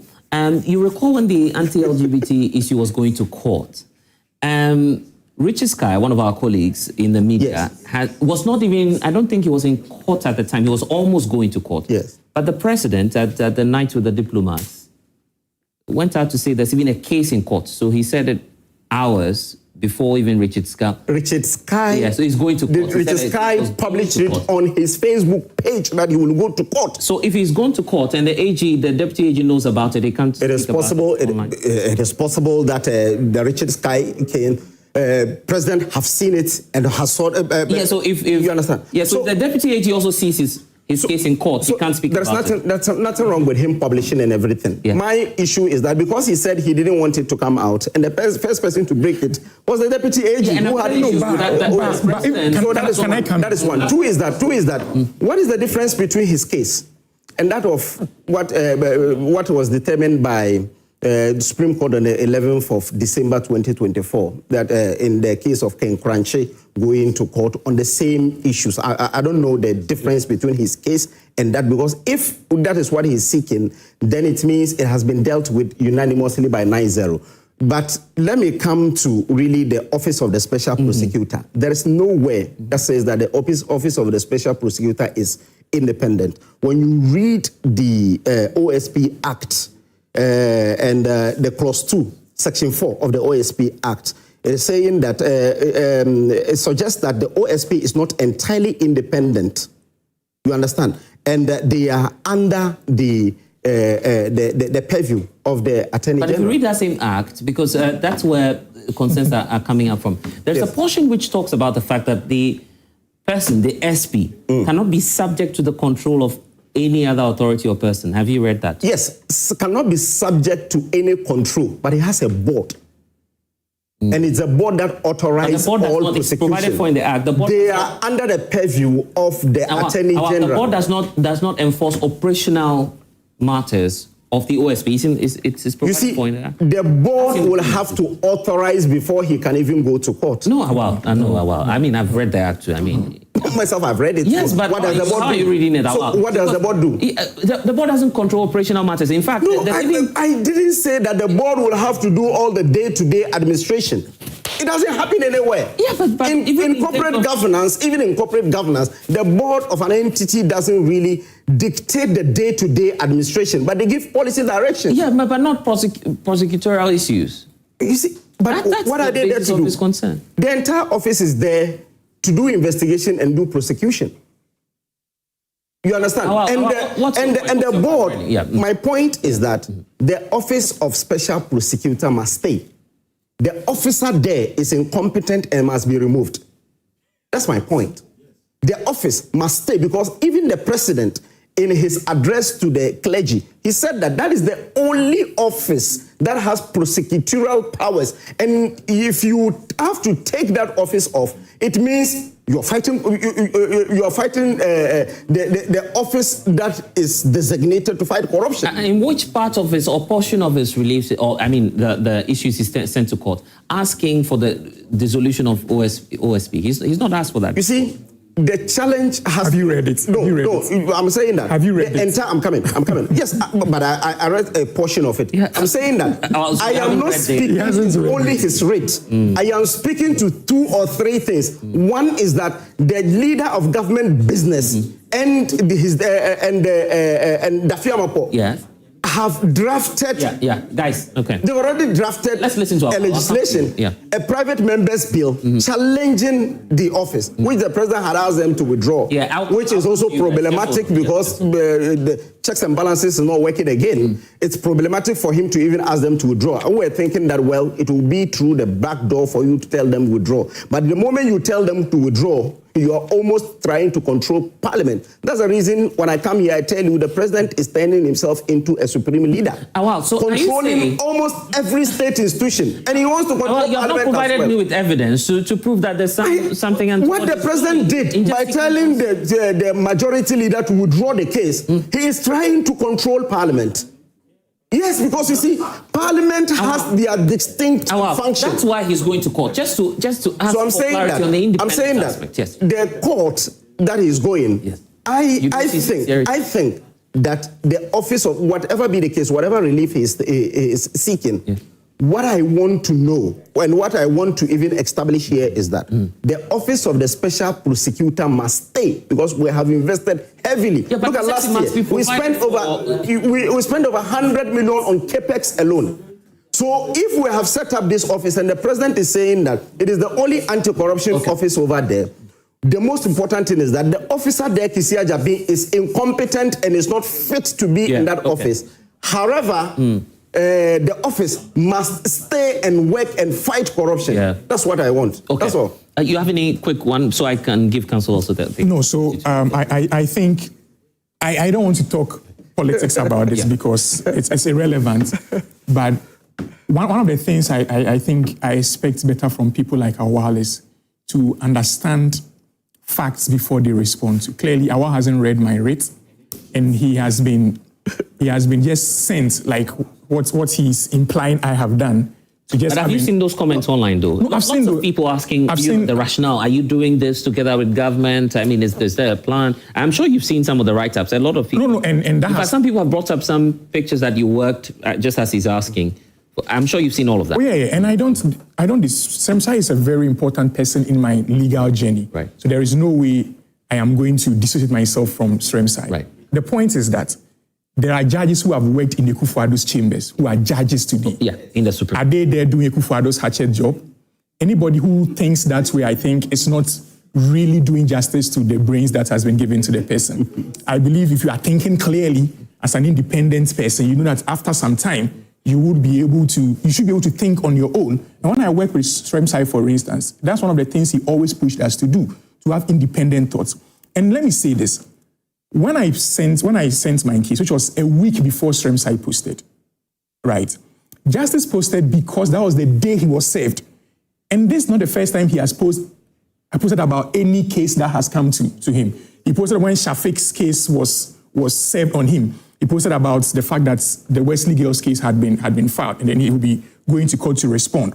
And actually, a week before that, he was in the news. Semsai was on his Facebook page talking about the fact that his genius, that is those of us who have worked with him before, because the person doing Shafiq's case also worked in Justice Semsai's chambers and had sued him. So he was saying that, now his genius have even now brought cases against him, right?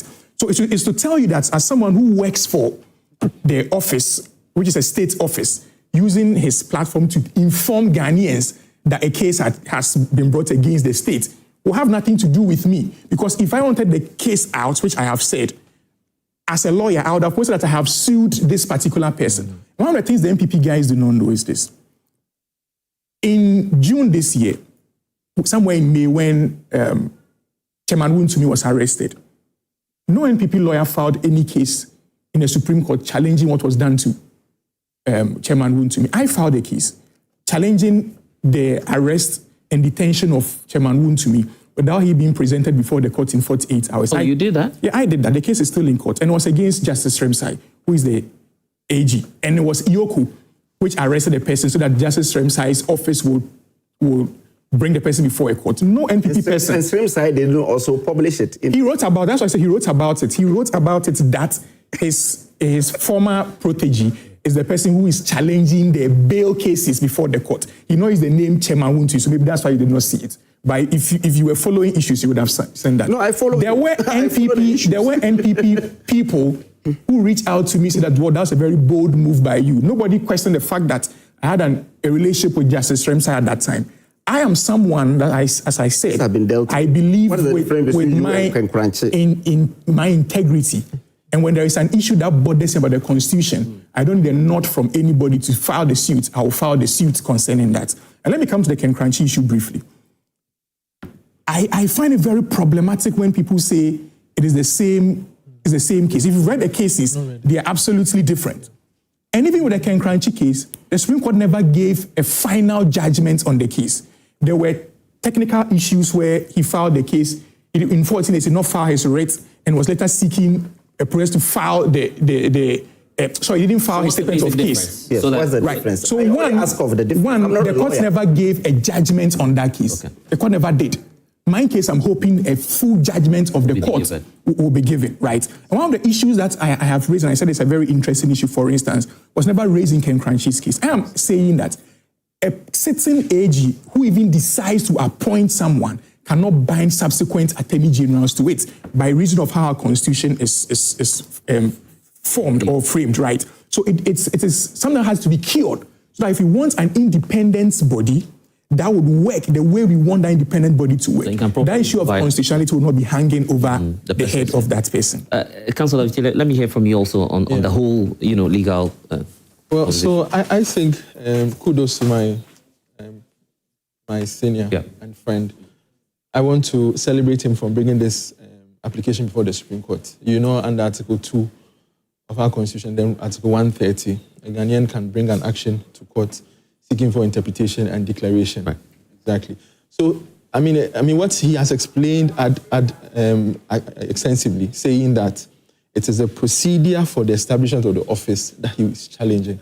He wants the Supreme Court to bring finality to that particular matter. He doesn't have a problem with an office of a special prosecutor. He said it several times here. And I think that I can associate with that position. It's also important to note that the office of the special prosecutor has served us in many ways and continues to serve us. It's a very important office. It was brought up in the exigencies of the time just before the election, I think 2016, thereabouts. Then candidate Akufo-Addo promised that he was going to establish an independent office to deal with corruption cases. Yeah. At the time, the procedure for setting up the office was not properly interrogated. A lot of questions were asked, and It even went to Supreme Court. You remember challenging Attorney General, current Attorney General went to Supreme Court challenging the eligibility of... Allow him. Because that's a different issue. Just let him land. I'll give you the... That's a different issue. That's why you have to allow him. So I'm trying to say that, in the lead up to the elections, we had a lot of opinions and people wanted to know how that office was going to function vis-a-vis the provision in Article 88. And you see it has gone full circle and has come back to onto the front burner. So I'm saying basically that if this action before the Supreme Court is going to bring some finality, to the issues, and then also maybe the Supreme Court will order. And I remember that at the time there was also another opinion as to rather waiting to amend the Constitution before establishing. He said that he was in a hurry. Yeah. He didn't have time. He had made promises to Ghanaians. He wanted to start something immediately. And in the course of time, depending on how the office functions, we can amend or vary. And I think that we will need an office of the special prosecutor. The other discussion is whether we should decouple the Minister of Justice. Exactly, from the Attorney General's office. So these are related matters, and I'm happy they have come to the front burner. As a student of the Constitution myself, I want to encourage my brother to go ahead and accept that I wish and I pray, whatever the outcome is, we should take necessary steps to cure whatever procedural and constitutional issues there is, so that when we have an office of the special prosecutor, he's properly independent of the office of the Attorney General. Yeah. So there won't be any... I think this is a win-win situation for everybody. For everyone, yeah. Nobody, I've not heard anybody on this table saying that somebody is against the office of the special prosecutor. And so to the extent that he is here and he has answered that question, I think I'm okay with what I've... Okay, any questions for Noah? Maybe, yeah, okay, lots of questions. Let's be snappy. 30 seconds each, be straight to the point, and then we get you. So I'll take you, and then the gentleman at the back. 30 seconds, be straight to the point, and then, we can get, be snappy about it, yes. Mr. No, yes.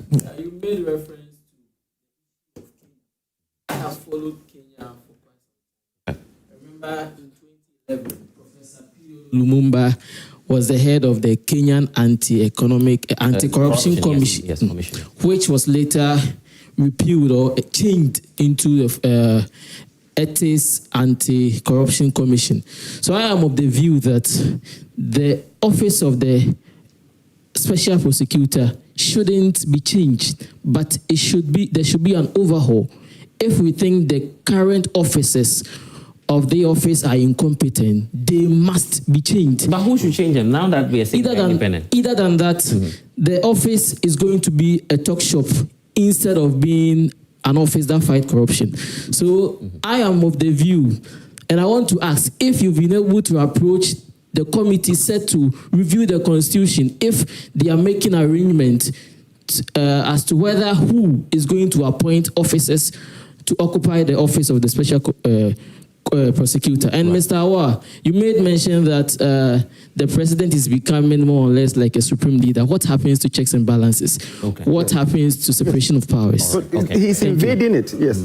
Okay, there are some questions behind. The president is invading. Let's do that quickly, 30 seconds each. So there's a gentleman at the back. Please do that for me. Okay, so let me first recommend the President Dramani Mahama for his view on the issue that arises. That he said that either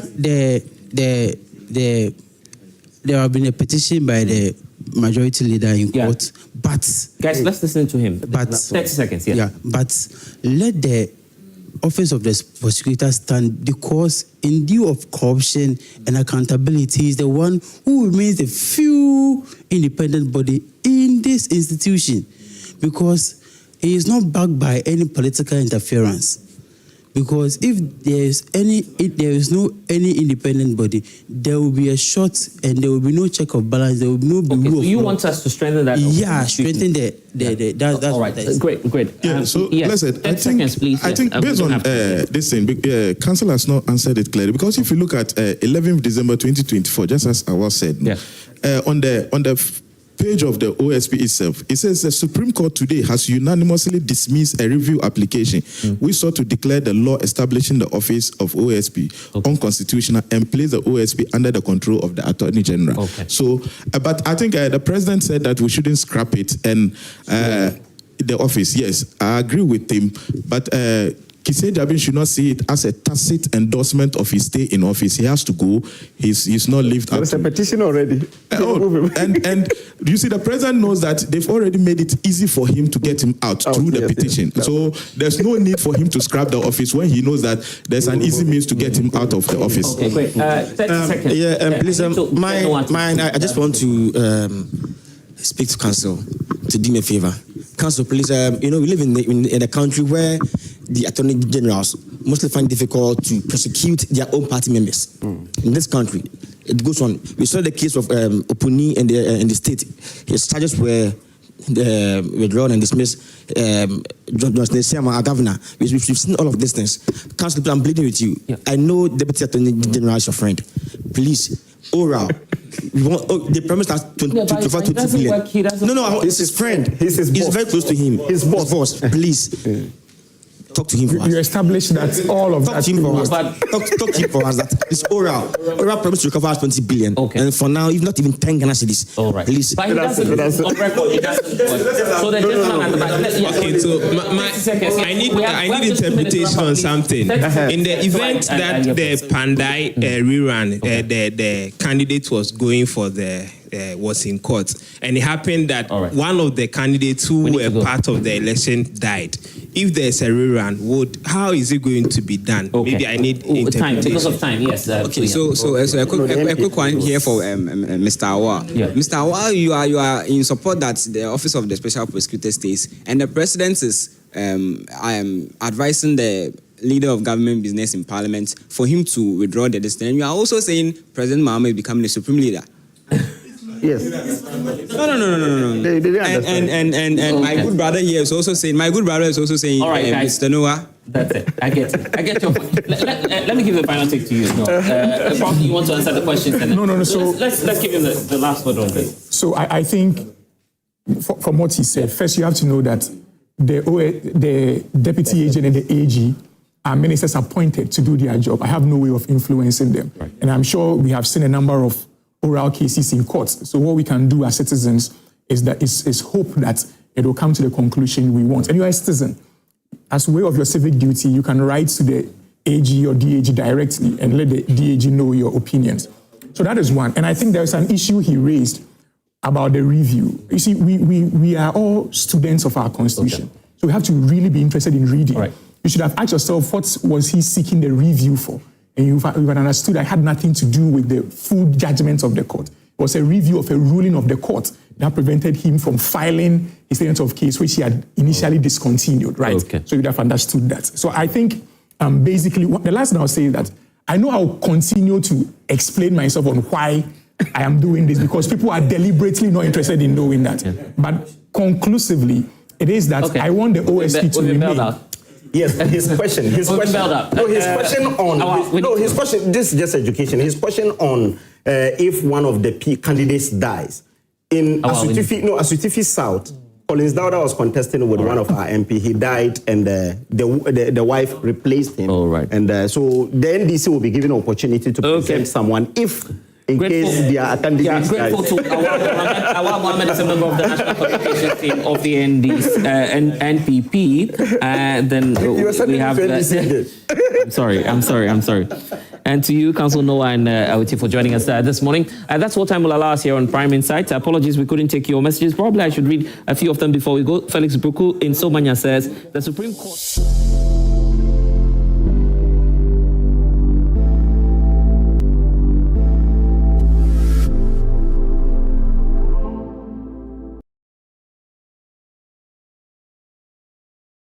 About the Kpandai case. And on that note, that's what time will allow us here on Prime Insight. We'll see you again next week. I am Blessed Sugan. We're going to connect on X, Blessed Sugan. Let's be in touch. Until then, log on to myjoyonline.com. You can get more stories from our discussions here. Thank you.